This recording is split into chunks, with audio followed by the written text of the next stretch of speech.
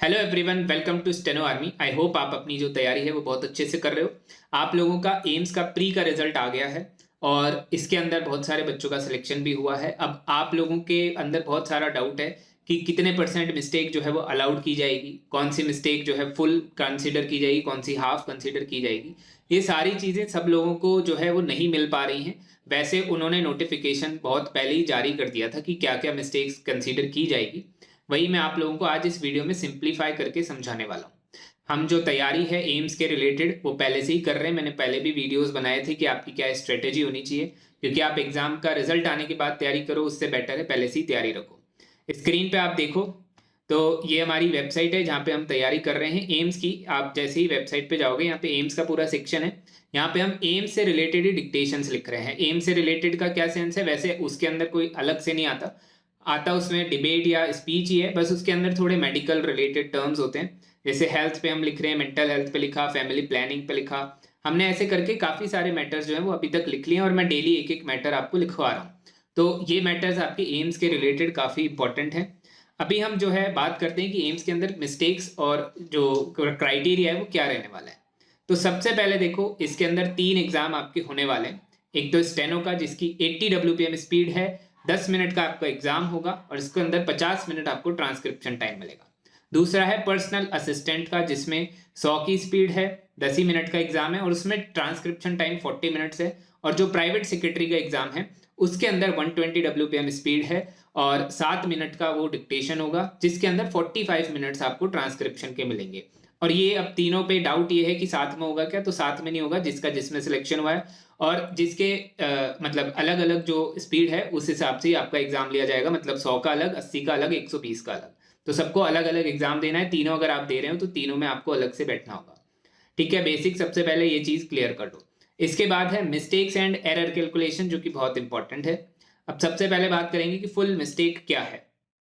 तो आपको ये पीडीएफ दिख रही है, इसको आप डाउनलोड कर लेना, चाहे डिस्क्रिप्शन में लिंक आएगा।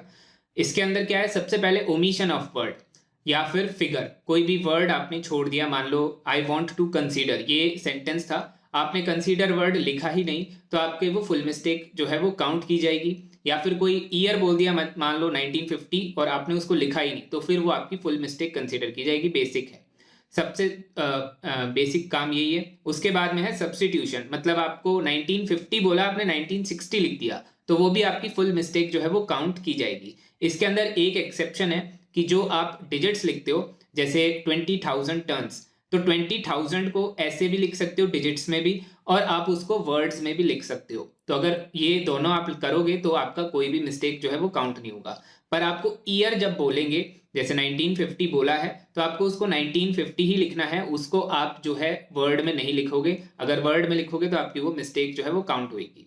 ठीक है, ये चीज ध्यान रखना। फिर है एडिशन और रिपीटेशन। एडिशन मतलब जैसे आई वॉन्ट टू कंसीडर है, अब आपने आई वॉन्ट टू कंसीडर 2 बार टू लिख दिया, तो एक बार आपने वर्ड एक्स्ट्रा जोड़ दिया, उसका 1 मार्क आपका फुल, मतलब फुल मिस्टेक आपकी काउंट की जाएगी। और रिपीटेशन कर दिया, जैसे इसको ही मान लो आई वॉन्ट टू कंसीडर, तो ये रिपीट हो गया वर्ड, तो इसकी भी आपकी फुल मिस्टेक जो है वो काउंट होगी। टू की जगह ऑफ लगा दिया तो भी आपकी फुल मिस्टेक उसके अंदर काउंट होगी। ठीक है, और जैसे 1950 बोला और 1950 को आपने 2 बार लिख दिया, तो भी आपकी फुल मिस्टेक काउंट होगी। तो फुल मिस्टेक का बेसिकली यही है कि या तो वर्ड छोड़ दिया है, या वर्ड गलत लिख दिया है, या फिर वर्ड एक्स्ट्रा लिख दिया है, तो आपकी फुल मिस्टेक काउंट होगी। सिंपल सा मेथड है वर्ड फुल मिस्टेक के अंदर। हाफ में काफी सारे क्राइटेरियाज होते हैं, वो हम समझ लीजिए आप अच्छे से। हाफ के अंदर सबसे पहले स्पेलिंग मिस्टेक। स्पेलिंग मिस्टेक के ऊपर बहुत सारा डाउट है, मैंने एक पोस्ट भी डाला था कि क्या होता है वो, उसमें अभी समझ लो पहले कि वांट आपने लिखा, वांट की स्पेलिंग क्या होती है, WANT, उसको आपने WAANT लिख दिया, तो वो हाफ मिस्टेक है। पर वांट को आपने वांट्स कर दिया या फिर वांटेड कर दिया, तो फिर वो आपकी फुल मिस्टेक काउंट होगी, क्योंकि यहाँ पे जो वर्ड है उसका मीनिंग बदल जा रहा है। तब अगर मीनिंग बदल जाएगा तो वो स्पेलिंग की मिस्टेक नहीं है, वो आपका पूरा सेंस बदल रहा है। तो सेंस जब बदल रहा है तो वो आपका फुल मिस्टेक में कंसीडर किया जाएगा। एसएससी के अंदर भी अब यही हो गया है, पहले इसका हाफ ही मिस्टेक था, पर अब इसके भी जो है वो फुल मिस्टेक काउंट की जाती है कि आपने वांट को वांटेड कर दिया, तो फिर वो फुल मिस्टेक में आ जाएगा। लोकसभा की स्पेलिंग है तो SABAH है, तो फिर आपकी वो हाफ मिस्टेक है। पर बोला ही लोकसभाज है, मतलब अपोस्ट्रोफी एस, तो फिर वो फुल मिस्टेक में आ जाएगा। ठीक है, ये आपकी स्पेलिंग मिस्टेक है। इसमें रिपीटेशन अगर आप करोगे, मान लो इंडिया की स्पेलिंग INDIA है, आपने INDIYA लिख दिया और 10 जगह पर यही सेम स्पेलिंग लिखी है, तो फिर वो आपकी एक ही मिस्टेक मानी जाएगी, वो 10 हाफ मिस्टेक्स जो है वो नहीं मानी जाएगी। ये चीज का एक एक्सेप्शन है, इसको आप ध्यान रखना। फिर है इनकरेक्ट कैपिटलाइजेशन, जैसे कि इंडिया का आई कैपिटल आता है, वो अगर आपने कैपिटल नहीं किया तो फिर वो आपकी हाफ मिस्टेक काउंट की जाएगी। पंक्चुएशन आपको पता ही है, जहां पे लगाना होता है वहां अगर आप नहीं लगाएंगे तो आपका क्वेश्चन मार्क या फुल स्टॉप या कॉमा, तो फिर आपकी वो हाफ मिस्टेक कंसीडर की जाएगी। स्पेसिंग एरर्स, ये काफी इंपॉर्टेंट है। जैसे फुल स्टॉप आया, जैसे यहाँ पे लिखा है work has been done full stop, अब फुल स्टॉप से पहले आपने एक स्पेस दे दिया या गलती से आपसे लग गया, तो वो फिर हाफ मिस्टेक आपकी काउंट होगी। फिर या फिर आपने लिखा वर्क हैज, एक स्पेस देना था, आपने 2 स्पेस दे दिए, तो भी वो फिर आपकी हाफ मिस्टेक काउंट की जाएगी। फिर है नेक्स्ट ज्वाइनिंग डिसज्वाइनिंग ऑफ वर्ड्स, जैसे ऑफ कोर्स लिखते हैं, ऑफ स्पेस कोर्स, आपने उसको मिला के लिख दिया तो वो भी हाफ मिस्टेक है। ग्रैंड पेरेंट्स को साथ में लिखते हैं और आपने उसको लिख दिया ग्रैंड स्पेस पेरेंट्स, तो वो भी हाफ मिस्टेक आपकी कंसीडर की जाएगी। तो ये बेसिक आपको नॉलेज होना चाहिए, कौन से स्पेस के साथ आएंगे, कौन से विदाउट स्पेस आएंगे, वो आपको ध्यान रखना है। नेक्स्ट है ट्रांसपोर्टेशन ऑफ वर्ड्स, मतलब यहाँ पे एक सेंटेंस है जैसे डिसकनेक्टेड फ्रॉम द सोर्स, आपने उसको लिख दिया डिसकनेक्टेड द फ्रॉम सोर्स, तो ये भी आपकी हाफ मिस्टेक है, क्योंकि उनको पता चल रहा है कि बच्चे ने लिखा तो है पर आगे पीछे वर्ड कर दिए, तो फिर उसका जो है वो हाफ मिस्टेक कंसीडर करे जाएंगे। नेक्स्ट है एब्रीविएशंस, जैसे राष्ट्रपति भवन बोला तो आपने उसको आरबी लिख दिया और फिर टाइप भी आरबी ही कर दिया, तो वो आपकी हाफ मिस्टेक है। थ्रू को थ्रू मान लिया, ऑनरेबली को HONBYL लिख दिया, तो वो भी आपकी हाफ मिस्टेक कंसीडर की जाएगी। कुछ एक्सेप्शन है जो इंपॉर्टेंट है, सुनो इनको। जैसे ऑनरेबल को 3 तरह से लिखे जाता है, 4 तरह से भी लिखा जाता है, HON_BLE, HON कैपिटल स्मॉल और HONOURABL, ये सब कंसीडर जो है सही किए जाएंगे, आप इनमें से कोई सा भी लिख सकते हो। MP मेंबर ऑफ पार्लियामेंट को आपने MP लिख दिया तो कंसीडर आपका किया जाएगा, कोई मिस्टेक नहीं है। प्रोफेसर को PROF डॉट कर दिया तो भी आपका कंसीडर किया जाएगा, उसकी भी कोई मिस्टेक नहीं है। तो बेटर यही है, जो सुना है वो पूरा ही लिख दो, आपको वहां पर आप व्हाट्सएप पे चैट नहीं कर रहे हो कि इसको थ्रू को THRU करके सोचो भैया आप समझ लो, इसको पूरा ही लिख दीजिए क्योंकि एग्जाम है। अब आता है नॉन कैपिटलाइजेशन, मतलब जहां पे करना था आपने जो नहीं किया कैपिटल, उसको भी आपका हाफ मिस्टेक कंसीडर किया जाएगा। जैसे सेंटेंस का स्टार्ट हो रहा है वो आपने कैपिटल नहीं किया तो आपकी हाफ मिस्टेक है। अब प्रॉपर नाउन है, जैसे सन, अर्थ, ताजमहल, इंडिया, ये सब प्रॉपर नाउन है, किसी पर्सन का नाम आ गया, ये सब आपको कैपिटल करने, अदरवाइज हाफ मिस्टेक कंसीडर की जाएगी। फिर है टाइटल्स, जैसे मिस्टर आता है, मिसेज आता है, अब इसके अंदर MR जो है M कैपिटल करना जरूरी है, अगर आपने उसको MR को शॉर्ट में लिख दिया स्मॉल करके तो फिर वो आपकी हाफ मिस्टेक हो जाएगी। कुछ स्टैंडर्ड एब्रीविएशन है, जैसे MP को MP कैपिटल लिखना है, PM को PM कैपिटल लिखना है, स्मॉल कर दोगे तो वो फिर हाफ मिस्टेक हो जाएगी। नेक्स्ट है कि कोई कमेटी का नाम आ गया, कोई एक्ट आ गया, ये सारी चीजें कैपिटल होती है, कैपिटल का पूरा ही जो सिस्टम है वो आपको ध्यान रखना है, उसमें हाफ मिस्टेक कटेगी।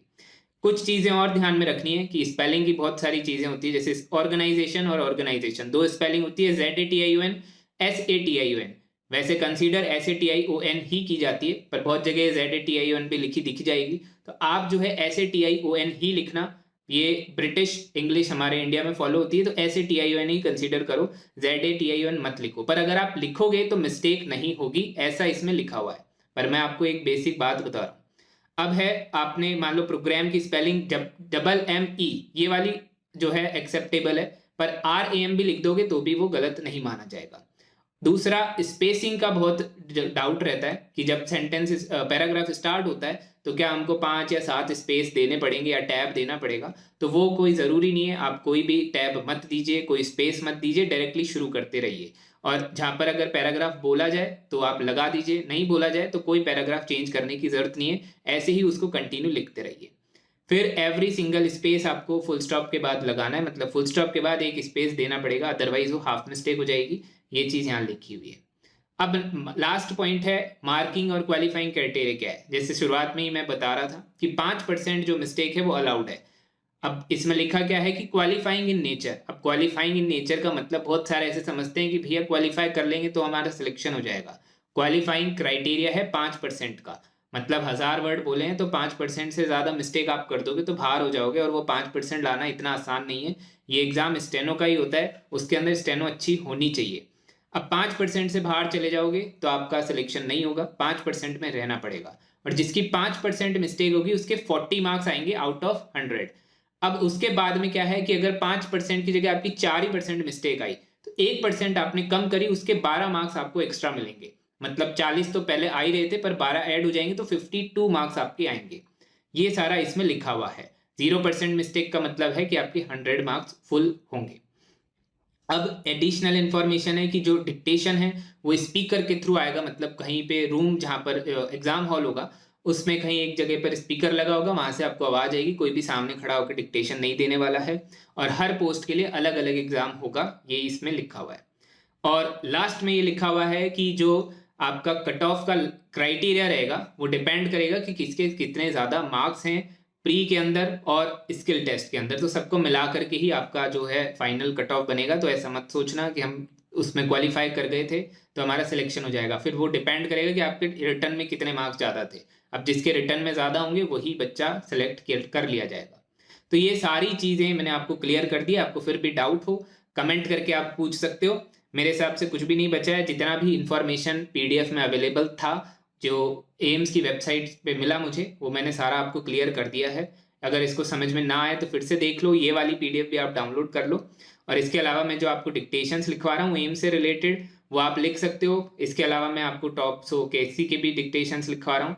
आपको कुछ नहीं करना, वेबसाइट पे जा करके अकाउंट बनाओगे तो आपको यहाँ सारी चीज़ें मेंशन दिख जाएगी कैसे कैसे क्या होता है। ठीक है, तो आज का वीडियो हम यहीं पे ख़त्म करते हैं। एक साइड में वीडियो आ रहा है कि आपकी कितनी मिस्टेक्स अगर आती हैं उसका करेक्ट ऑर्डर क्या होना चाहिए उनको सुधारने का, वो वीडियो देखिए, काफ़ी इंपॉर्टेंट है। तब तक के लिए सभी को एग्जाम के लिए बेस्ट ऑफ लक।